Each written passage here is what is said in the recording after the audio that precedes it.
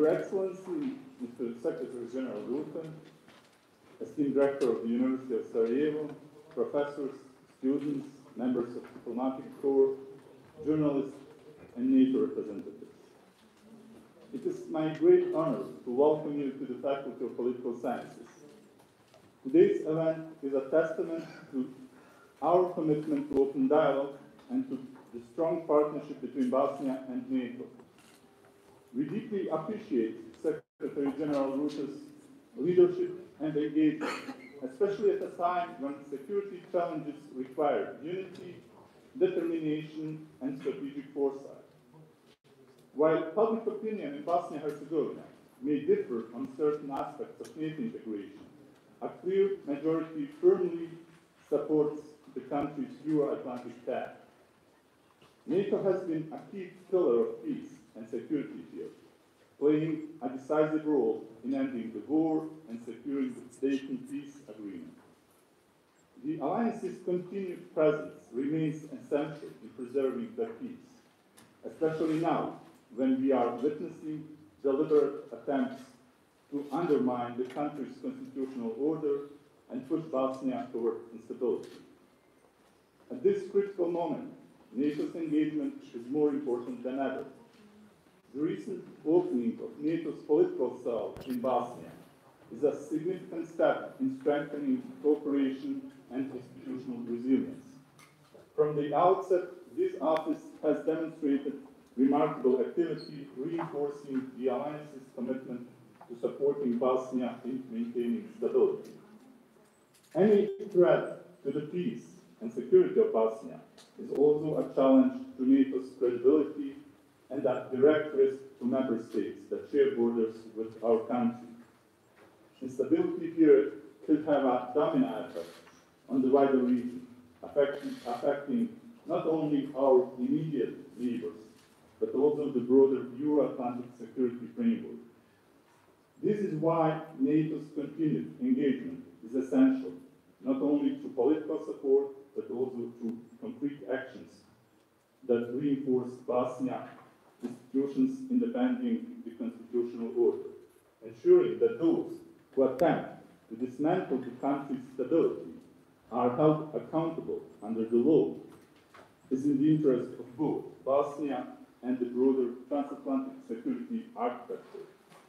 Secretary General Rutteom, your visit today carries immense significance. It sends a clear message of NATO's commitment to Bosnia and its institutions.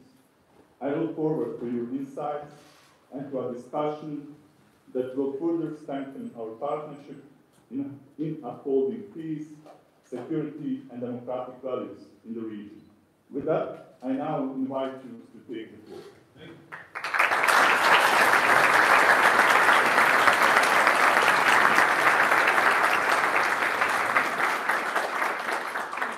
Well, thank you, Professor Rutteom. It's great to be back in Sarajevo and to see the students from the university as well as, I believe, from Mostar and East Coast Sarajevo. So, welcome to you all. Sarajevo is a beautiful city at the crossroads of cultures, where the past and the present come together. As a student of history myself, I've always been fascinated by this region's really complex past.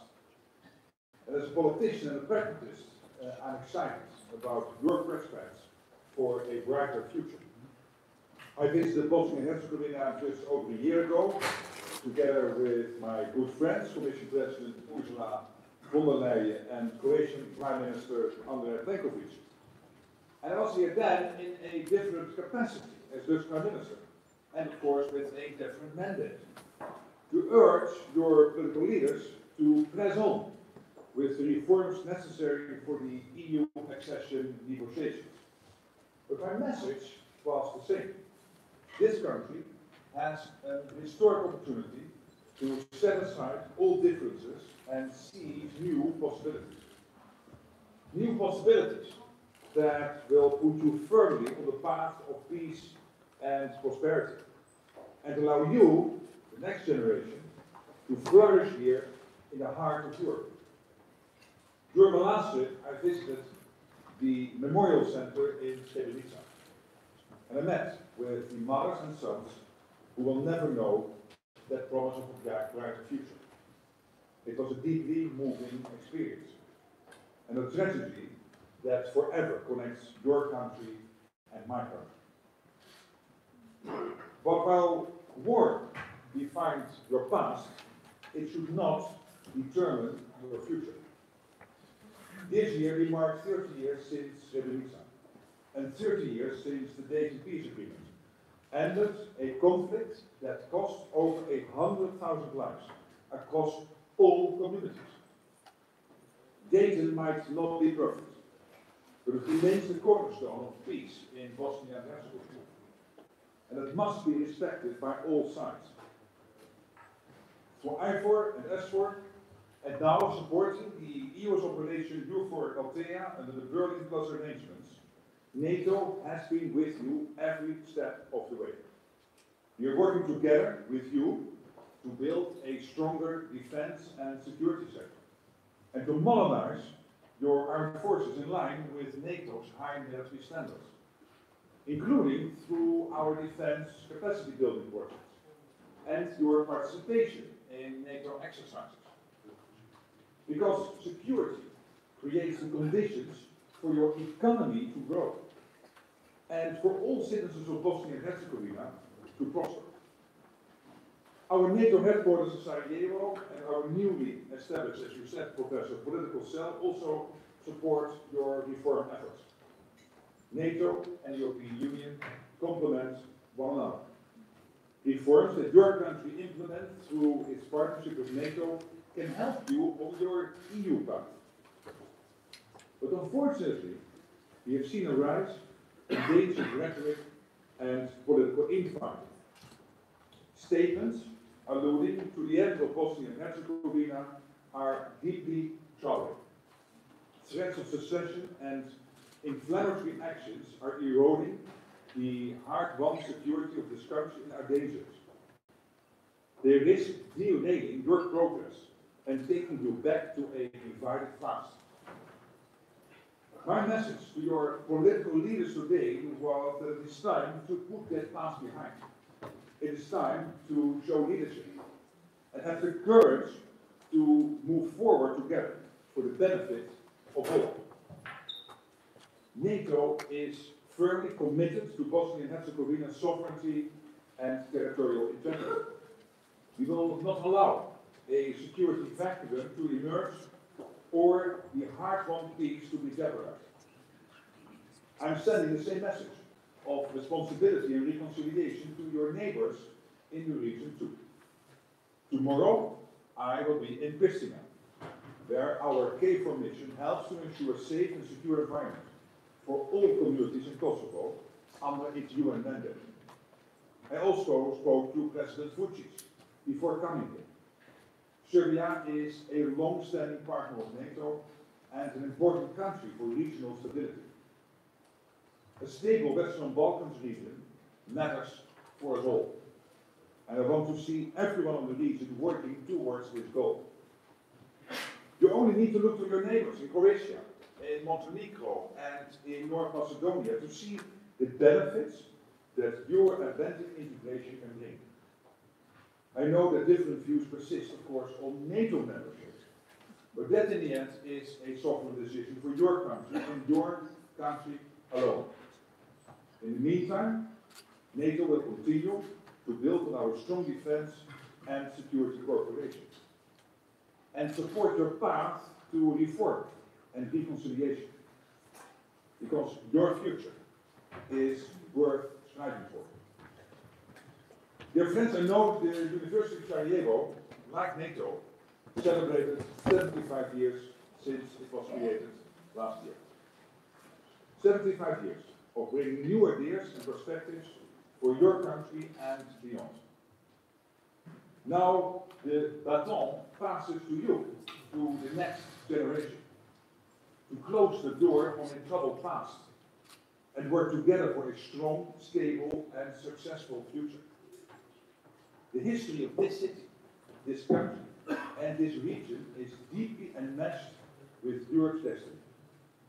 your future should be too. So thank you for your attention, and I really look forward to our now starting discussion. Thank you so much.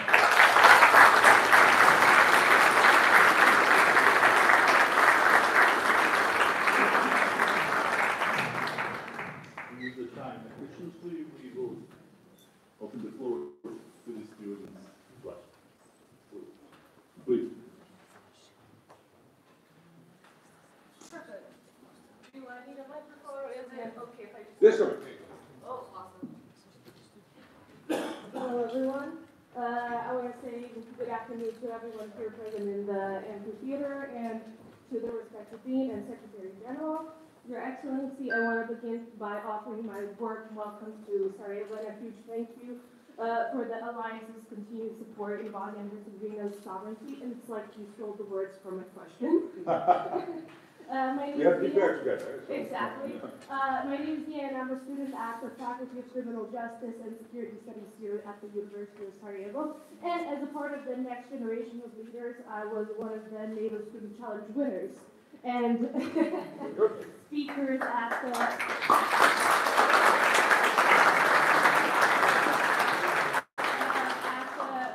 this October's P360 symposium, and I would like to ask you about a significant part in the NATO 2030 plan. 2030 plan. Amongst global threats and emerging challenges in security, the plan addresses the importance of younger generations in the process of decision making. So in what ways do you see NATO collaborating with global governments in the Western Balkans to involve young people in security and defense efforts, helping them see themselves as a key contributor to regional peace?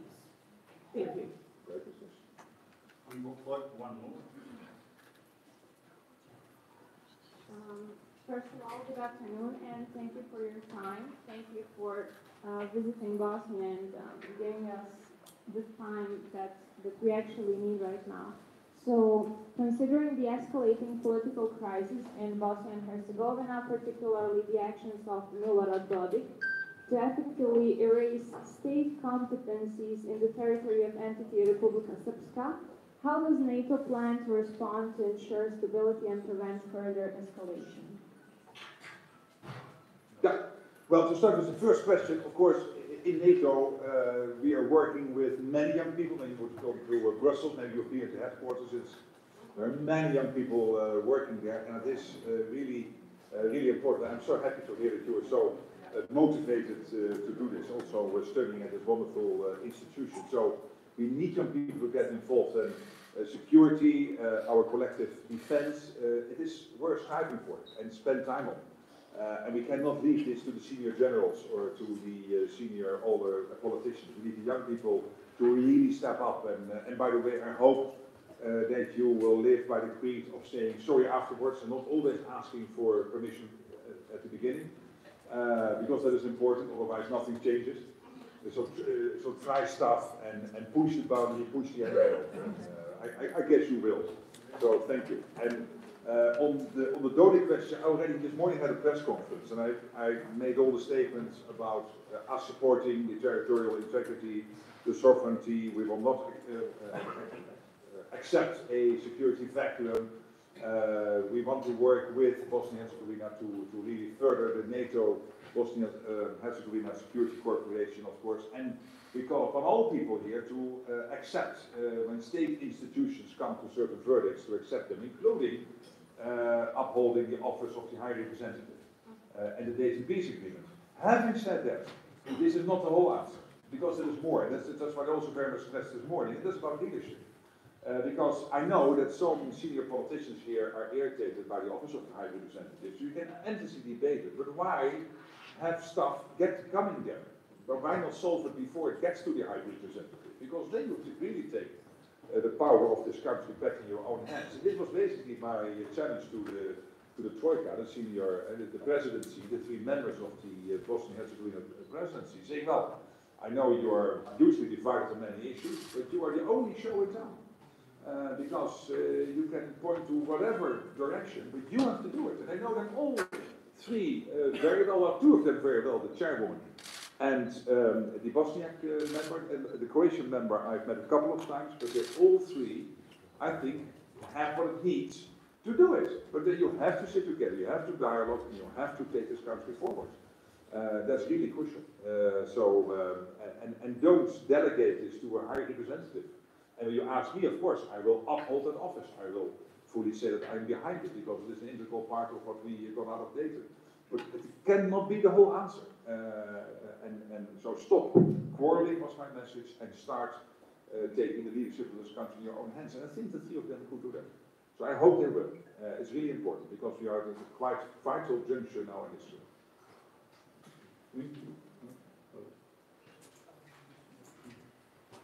Hi. Sir. I think it's working. Hi. Yeah. Welcome to Sarajevo. My question is how closely is NATO cooperating with the European Union and the other international actors to address Republika Srpska leadership threats to sovereignty of Bosnia, and what additional steps can be taken jointly? Thank you. Hello, welcome to Bosnia and Herzegovina. Thank you for coming to this time of need.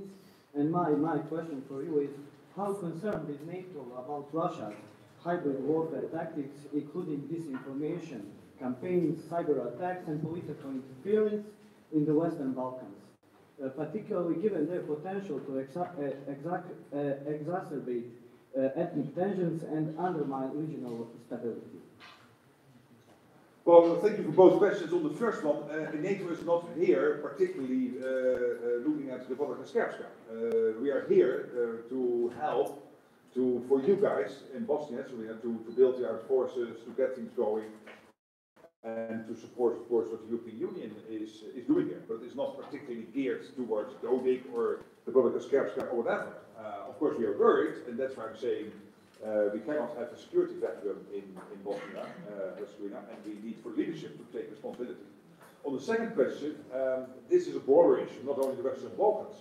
And we have had a huge debate in NATO about this whole issue of hybrid threats, which I think sounds a bit cocky.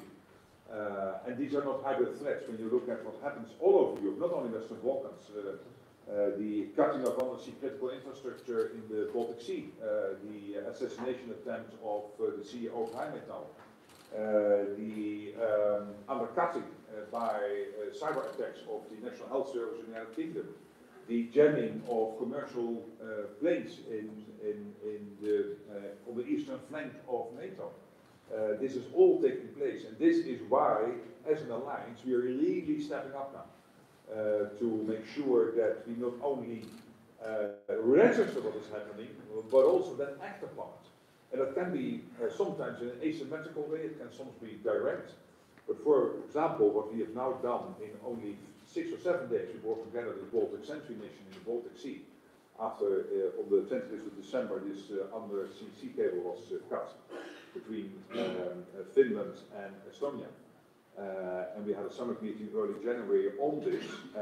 And here the interesting thing about NATO is that it can be sometimes a bit bureaucratic, but I found out that when the Supreme Allied Command of Europe launches something which is called an activity and not a mission, that we don't need 32 countries to approve. So from now on we will only have activities and no missions. And I'm kidding, but this one was really successful because it was brought together in only 6 or 7 days. It was under his remit, he could organize this, and I fully applaud it, because we have to react faster, and the Russians hate it. All the evidence we are getting is they hate it, because they see this, the East Sea, the Baltic Sea, whatever you call it, they also see it as their sea, which is logical, because of course St. Petersburg is also, that port is also connected, of course, to the Baltic Sea. But it's not only their sea, it's also our sea. When ships from the Shadow Fleet are cutting critical undersea infrastructure, we have to act. And that's what we're doing now. So this is an example of how we have to do this. Yes, Western Balkans. Yes, sometimes hybrid threats, sometimes all these kind of campaigns, but it is happening all over NATO territory. And we have really to get a grip on this. And we are doing it now. Thank you. I should do that too. No, I do this for sure. Yeah, yeah.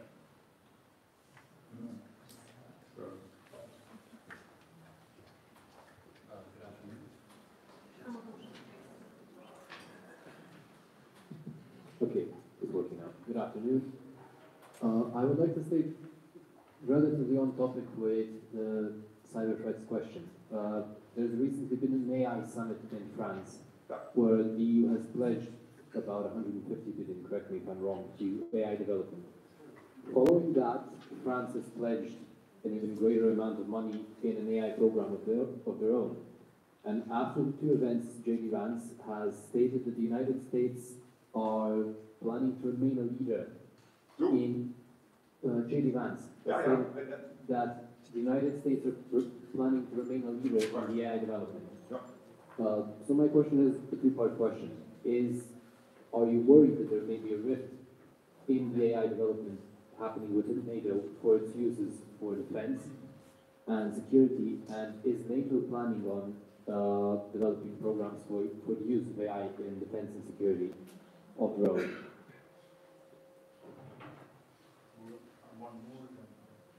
Okay, good afternoon. I hope that you will enjoy staying in Bosnia and Sarajevo, regardless of the topics that you are for in Bosnia. My question is, during recent NATO meetings, you stated that Ukraine must negotiate from the position of strength. So how would a potential peace settlement perceived as favorable to Russia influence nationalist and separatist movements within Bosnia and Herzegovina? Thanks. Yeah, on the first question, I mean, this is a healthy competition. And I think we need the US here, because the US is the leader on many of these developments. Look what happens on the west coast in the US, in Silicon Valley. It's about the size of the half of the country I come from in terms of the economy and the impact it has.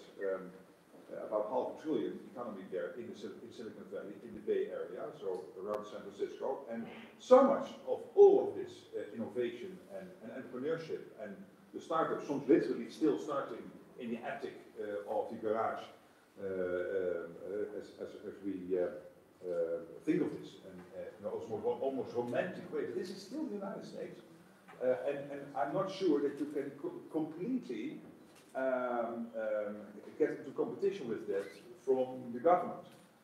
I'm not so sure. And in the EU, sometimes people think that huge government investments will somehow bring you into competition with some of these entrepreneurs. You need both, by the way. You need, of course, investments in your, like here in Sarajevo, university, and other knowledge institutions. You need that. But you also need a conducive environment for young people to start a company, to be successful. You need a culture in which success is celebrated.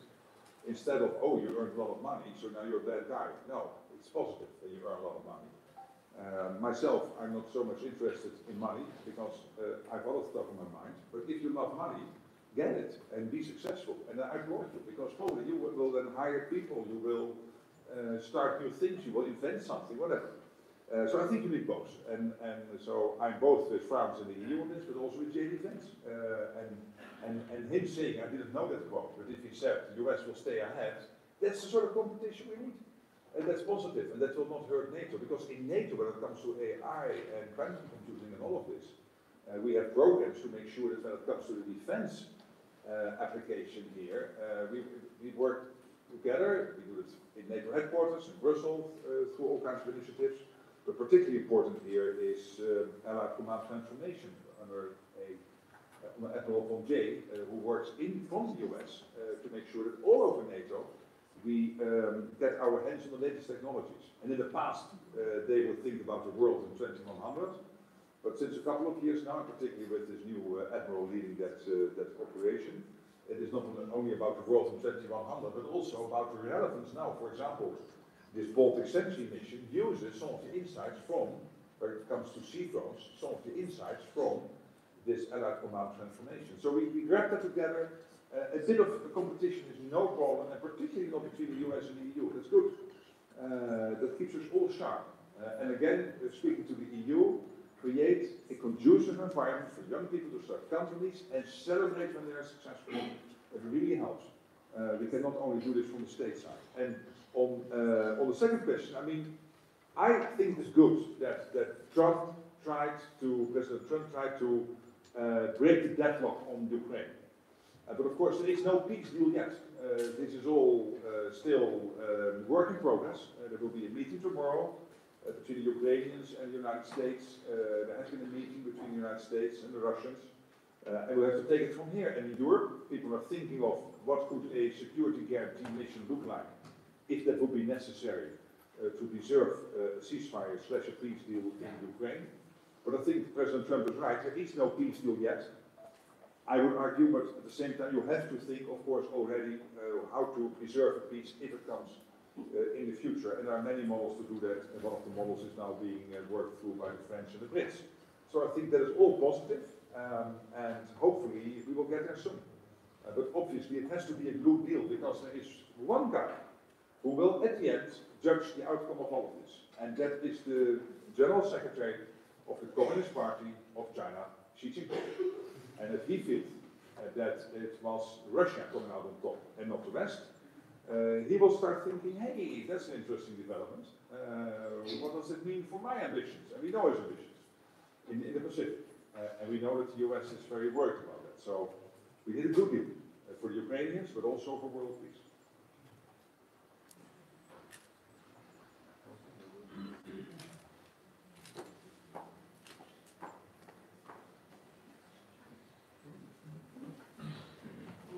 My name is Ayla, and first I would like to thank the Faculty's management for providing students... Can you speak louder, a bit louder?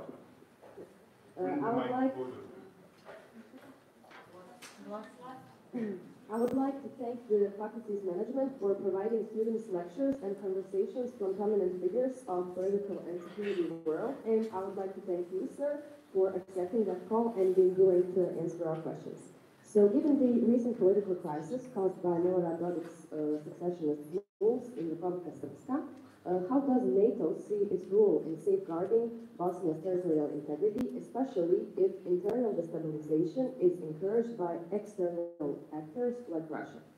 Thank you.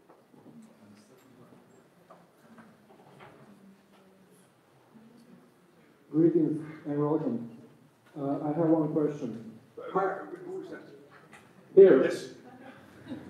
Again, welcome. I have one question. How can we prevent the spread of fear?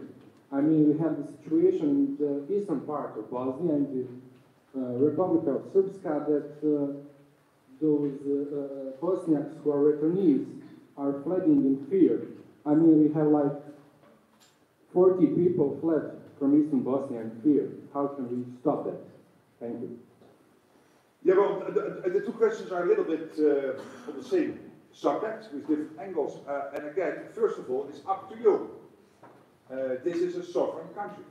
So it's up to the Bosnian leadership to deal with this. And that was my message this morning, because I am always a bit amazed, sometimes a bit puzzled, that when you speak to senior Bosnian-Herzegovina politicians, that they start to question you about Dayton, yes or no, about the High Representative, yes or no. And my reaction always is, hey guys, if you don't like it, take things in your own hands as a collective. And that's why your presidency has so been well designed, because you have the three big groups here in Bosnia-Herzegovina represented in the presidency as it is currently organized. But that means moving from commenting on things to taking leadership. And they can. I mean, as I said, they know them all free, so why not? And it means dialoguing, it means sitting together. My country was built, I mean, my country would never have existed with all the infighting we had through the ages if people would not sit together and try to build bridges and maybe have agreements to disagree, etc. But part of that, of course, is accepting realities. And there is a court ruling, we have Dayton, we have the High Representative, and all these institutions need to be respected. We have you for Altea here, with the full backup, of course, of NATO and support. NATO particularly busy here with helping you to build your military and your capabilities in the security domain. By the way, when you speak to your politicians, they could spend a little bit more on the armed forces. 0.78% is even less than Luxembourg, and Luxembourg is the absolute record at the moment in Europe when it comes to defense spending. So please, at least surpass Luxembourg, if you could. And this, you could say, Luxembourg's very rich, yeah, but this is a GDP key, yeah? So this is how much you spend compared to your GDP, and then 0.78%, and then almost 90% of that spent on salaries and not on other stuff. It's not good. So it has to be increased, and I very much push that message, both with the presidency as well as with the chairwoman of the Council of Ministers, because that is important. But again, NATO is not here to focus on Dodik or the Scherpska. It's here to help you to keep this country safe. And as I said, we cannot have another security vacuum in this country. It's not acceptable.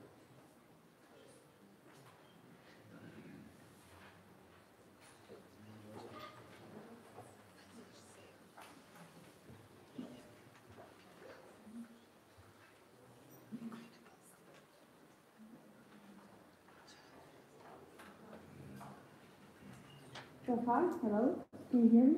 Yeah, maybe if you All right, so hello everyone, welcome. Thanks. My question is, and I completely agree with you that our leaders should take the leadership and try to find a solution together out of this and not rely that much on the international community. However, the Dayton Peace Agreement and the constitution of the country, especially the power sharing, the ethnic power sharing that we have, I believe makes it a bit difficult for the 3 presidents and 14 governments to take a joint leadership. So do you think that maybe a modification of Dayton with the assistance of the international community would be a way to help the country, the young people, etc.?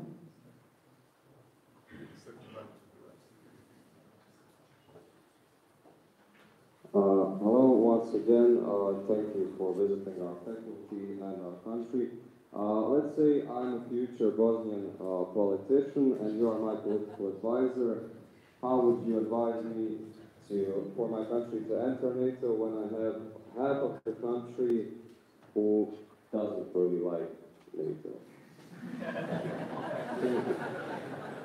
Well, I'm not sure that even I can be able to solve that. To the second question, by the way, thank you all for being so extremely welcoming, and thank you for being here again. It's really a wonderful opportunity, this exchange.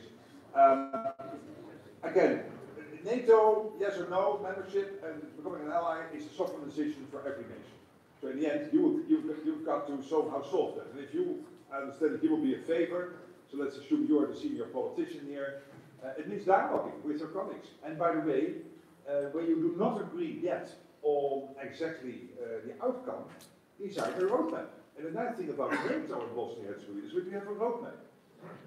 Maybe not officially declared, but when you look at it, we now have an agreement on the reform program 2024. We hope to have an agreement on the reform program 2025 soon. This DCB package, we are working on that. Again, it is not an alternative for more defense spending here, but it helps in other areas. We are working on bringing the relationship on a more secure footing in terms of what is called an ITTP, is that the right abbreviation? And that is a sort of program which builds on what we are doing so far, but much more detailed. And we have that with many countries, so that's all happening. And that's exactly what I said this morning. We might not agree on yes or you might not agree yes or no NATO membership, becoming a full ally, but we do agree both on practical steps going forward. And then sometimes when you do that, you think, hey, this is great, we should have more of this. Well, if you want even more, you have to become a member. And that time comes, not yet, but at a certain time you would say, yeah, we now have the full deal. Why not become an ally? And that's also to the other question on Dayton. I think if you look at 50 or 100 years, you probably would not have Dayton as it is now. Probably you have made changes to it. But again, you have to do it with the 3 constituent peoples, the 3 big groups in this country together. It's again about dialogue, and again this could be about the roadmap, if you want to change things. And again, it could start by taking the affairs in your own hands. So not complaining about the High Representative, but not needing the High Representative because you take your own sovereign decisions. But then you need to agree with the 3 groups. And I think that's possible. And the good thing about the design of the Troika presidency is that they all, of course, have their own relations with their own real constituents. And so not only constituent peoples, but let's say constituencies. They have those relations, they can dialogue with them, they can move forward. So that's how I would do it. When you do not agree on the roadmap. It always helps. You have to do it step by step. But at least take decisions. And as Tony Blair said, there's nothing, you can take sometimes wrong decisions. The worst thing is not taking decisions. That's the biggest risk. Your voters will always accept wrong decisions. They will not accept not deciding. Can you hear me? Okay, perfect. Okay. Hello, everyone. Thank you again for coming, sir. I'll just cut to Sorry, I'll just cut to the chase. You already previously have emphasized the importance of removing the mandate of UŽIVO in Bosnia. My question is, if this renewal were to face any obstacles, like let's say Russia vetoing it, what would be any contingency plans from NATO for security and stability for this country? Is it going to be just reinforcing the existing mission, or it's going to be forming a new one, like Stabilization Forces Bill 2004?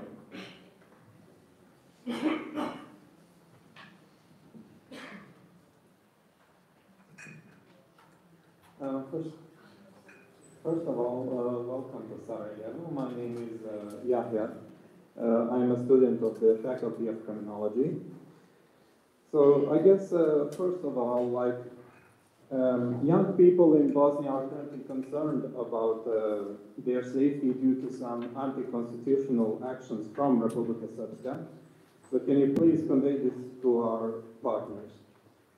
I guess my question would be, is there any reason for people to be concerned about the potential war conflict in Bosnia and Herzegovina? And in that case of a potential war conflict in Bosnia, how would NATO respond? Would NATO be in support of Bosnia in that case? Thank you, and both are what-if questions. And what I found today, with all the senior politicians I spoke with, nobody wants a return to the 1990s. Nobody wants that. And as I said, NATO would not accept a security vacuum. So nobody wants that. And European Union, EUFOR is here to help you guys to make sure that this country is as safe and as stable as possible.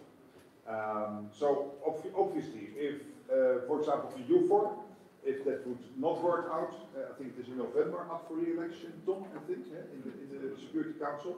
Last November it went well. If not, I will not here then speculate about what then might happen, because I'm fairly cautiously optimistic that when it was,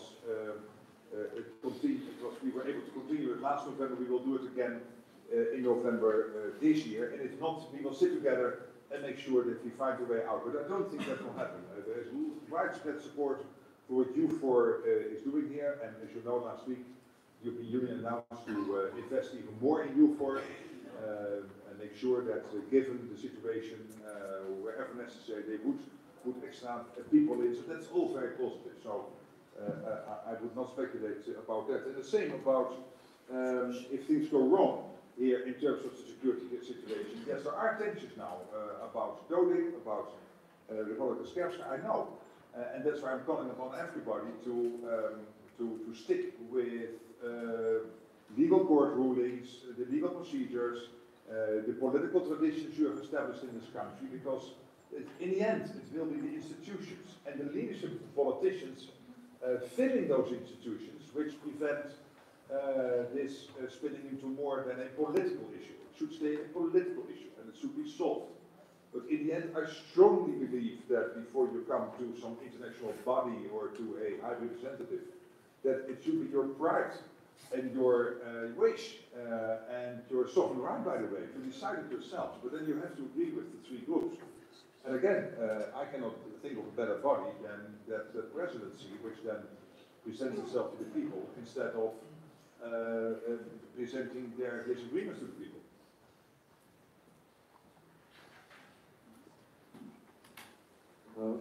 Hi, sir. Ivan from Security Studies Mostar. I would like to ask you if event of realization of possibility announced by President Trump about exiting NATO, what would be your vision about life of NATO in future?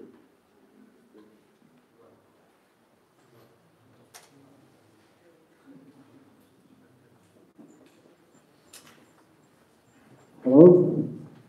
Hello? I'm Markom Rutteom from International Relations and Diplomacy in Faculty of Political Sciences in here. You have talked a lot in your previous answers about the need of collaboration, of working together in the presidency between free ethnic groups and all of that, and that's the only solution possible. And while I think all of us generally agree that that's the way it should be, let's respectfully take a step back and analyze who are we supposed to work with. The largest party in the Republic of Srpska is Dodik's party, which gets the most votes from the citizens, which is a pro-Russian, secessionist, nationalist, far-right party. Would you go to Germany and say to their citizens, well, you should work with AfD because, well, you know, you should collaborate? Would you go to Austria and say to them that they should work together with their far-right party? I think when we're speaking about working together, we are either ignoring the fact that we are supposed to work with a far-right party from Republic of Srpska. Do you honestly see a way of doing that? How do you envision that working together in the presidency? I mean, do you really honestly see Željko Cvijanović and the other two members of presidency agreeing? Do you really see the parties in the Republic of Srpska agreeing with stuff that is beneficial for the state of Bosnia and Herzegovina? But what is then your solution? Well, currently our best bet is working with the opposition in the Republic of Srpska. Arguably, they are not far better, but yeah, that's currently like the best bet, working with anybody that is not Dodik. But you can see that we do still have a problem. But do you think that they will be very enthusiastic to work with you if you talk about them like that? Well, I'm not Extreme saying right wing and even opposition is worse, etc. You're saying all that. But they are. I don't know. I'm not an expert, but I don't think it's a good start. But they are that. They are right-wing party. They are that. I mean, just because, yeah, they are that. I'm not saying anything that's not correct. Now, just because they are not willing to work anyway. We are starting from a supposition that those parties are willing to work for the benefit of the state. Dodik is never going to work for the benefit of the state. So we have already tried that. I mean, those who follow the political situation can see that, for example, the Troika from the Federation, they have tried to work with Dodik. That has also failed. So it's not like we haven't tried the recipe of trying to work together. But that obviously isn't going well. But at the same time, you cannot 30 years after Dayton still leave a two-minute Schmidt from Germany to decide. That's strange. That's not a sovereign country. So I support his position. Again, that you don't misunderstand me. I think it's good that the High Representative is here, full support. But in the end, for the Bosnian politicians, Bosnian-Herzegovinian politicians to refer to somebody from outside the country is not grown-up behavior. I really don't think that is. And that's why I'm saying you've got to find a way out of this. And you have to organize yourselves. You're all highly versed, very communicative, very well faced in your questions. So bang on the doors of those politicians and make this happen. And don't hope and stop hoping that somebody outside this country will save you. In the end, I said, NATO is committed totally to our relationship. We are committed to your sovereignty and territorial integrity. We will not accept the security factor. But having said all that, it would be strange that some outside body would have to deal with it. But respectfully, we haven't created this system. The international community did. Created them so after 30 years. You have some sort of responsibility towards us. created. It's a George question. Hey, on the Donald Trump question, he made clear last week 3 times, again, that he is committed to NATO, committed to Article 5. So that's absolutely clear. And we had a meeting last week with the ambassadors in Brussels, and some were worrying and saying, yeah, but can he not be a bit clearer? I said, well, you would also have turned on your television, because he was very clear 3 times last week. Or 2 weeks ago it was, when we had the visits of Starmer, Prime Minister of the UK, and President Macron, and also the first half hour of the Zelensky visit, he was extremely clear, committed to NATO, committed to Article 5. I was on the phone with him. I hope to visit him soon, and I have no doubt there. US is committed to NATO, but they expect the European side, and by the way also the Canadian side of NATO, to spend much, much more on defense and have a fair burden sharing, which is totally logical, because we are really funding some of our social programs here in Europe, because the US is spending more on defense than we are, and that's not fair. So that is totally right. And when you look at last week, the 1 trillion announcement in Germany, the 800 billion announcement coming out of the EU, the announcement from Denmark, the UK, and others, the Czech Republic, Belgium, we are getting there. We are ramping up defense spending, so now we have to produce. That's the next problem, the production of defense industrial products. Hi, well, once again, thank you for coming here and answering our answering our questions. I have a question considering the United States of America and how much influence that the United States of America has on the Western world, especially the Balkans, and the political situation that is currently happening there with Donald Trump taking up presidency. How do you see that political situation affecting Bosnia and Herzegovina?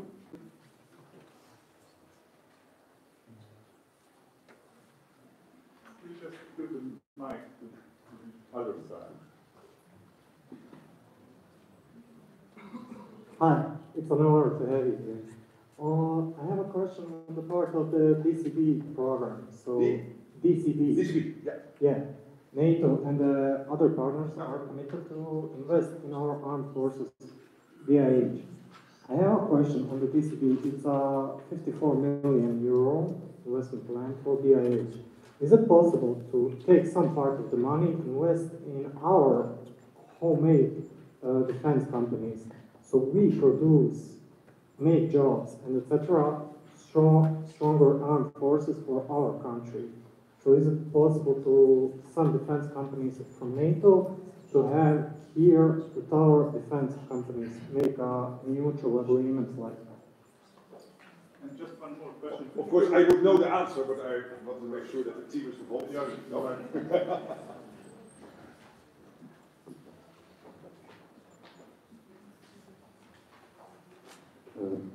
Thank you. Hey, outside the group. Yes, this side we are ex-students actually. Okay, thank you for coming, and it's really honored to be here with you. Let me share my biggest concern regarding EU4 actually. Dodik has already proposed that EU4 should be deployed on the entity line in order to, as he said, prevent a conflict that actually no one is announcing at the moment. On the other hand, my opinion is that deployment of EU forces on the entity line would create actually a new factual situation on the ground. That's one thing. And the other thing is that it could actually protect the secessionism in a one way. And my opinion is that way we could easily end up here as a Cyprus. So could you tell us what is your position in that hypothetical situation? Should it be bring it that way? It doesn't matter if you pay for or NATO. Thank you. Thank you. Well, on the first question, US and Bosnia-Herzegovina, history made the United States the leader. But this leader has made clear, and I understand completely why, that they have to pivot more towards the Indo-Pacific. And they expect us here in this part of the world to take a fair share of the burden. And as I said, with all the money now being invested in defense last couple of weeks, all the announcements, that is no doubt going to happen.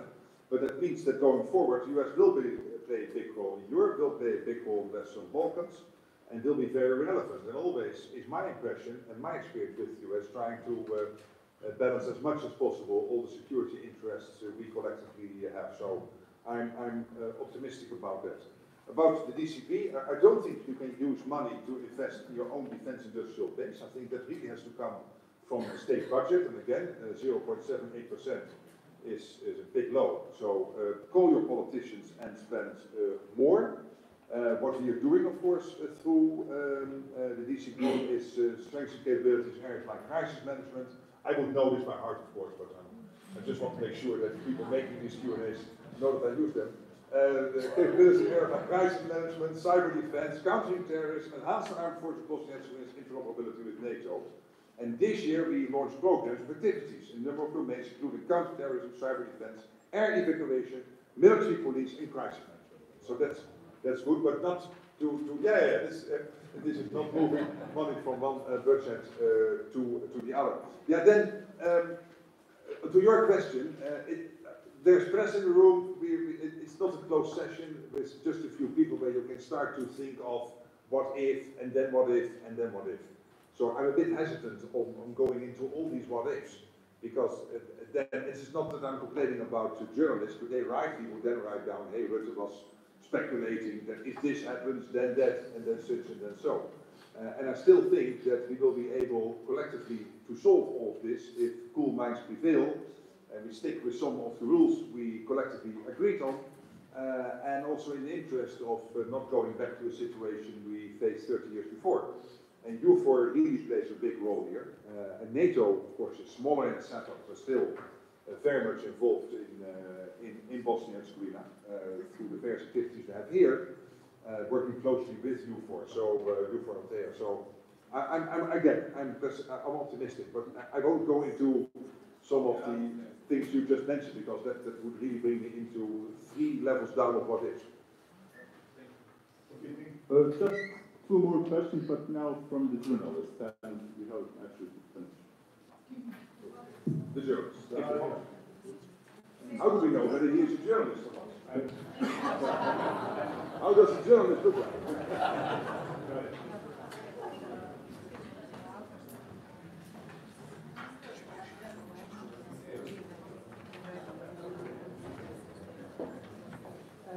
Mr. Rutteom, Dario Šikić, Političkih news agency. I mean, you already mentioned something, and there were questions about actually this U.S. request for more allocations to NATO and for defense. Actually, I just wanted your comments on the last week's statement by Donald Trump saying, the U.S. President Donald Trump saying, if NATO members don't pay, U.S. wants to defend them. Does it mean that there will be differentiation between the NATO members regarding how much they are giving, how much of percentage of GDP they are giving for defense? You yourself mentioned 0.7, but there are some NATO members who are giving less than 2% of GDP, which is now, or 3.5%, which will be required very soon. So does it mean actually that they are defense, if they are capital defense, actually the U.S. supporting defense will depend on how much money they will give? I mean... Maybe going into...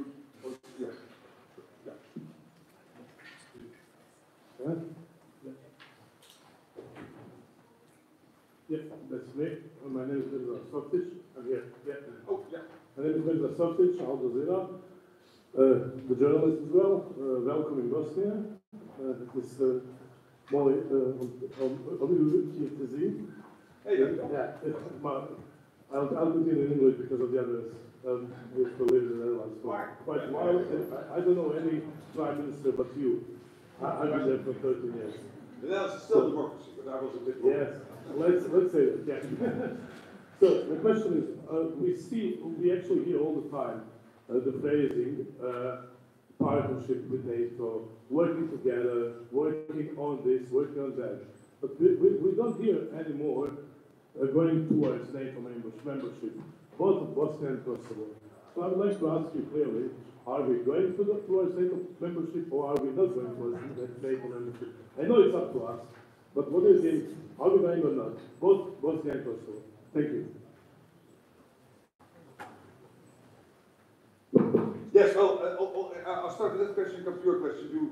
At the end, you gave the answer. It is up to the Bosnian authorities. Of course, Bosnia has authorities. It will be very difficult to predict. What I'm seeing is a deepening cooperation. With everybody I spoke to today was very positive about taking the next steps. And we all agreed that where there is a disagreement about yes or no applying for full membership, for becoming a full ally, a full-time ally of NATO, that it doesn't make sense to discuss that, but to indeed stick with the immediate future, which is building on what we have. And that's what we're doing through the DCP, through the ITP, the fact that the reform program was agreed now for 2024 in March this year, and the Council of Ministers told me they want to adopt the reform program for 2025 soonest.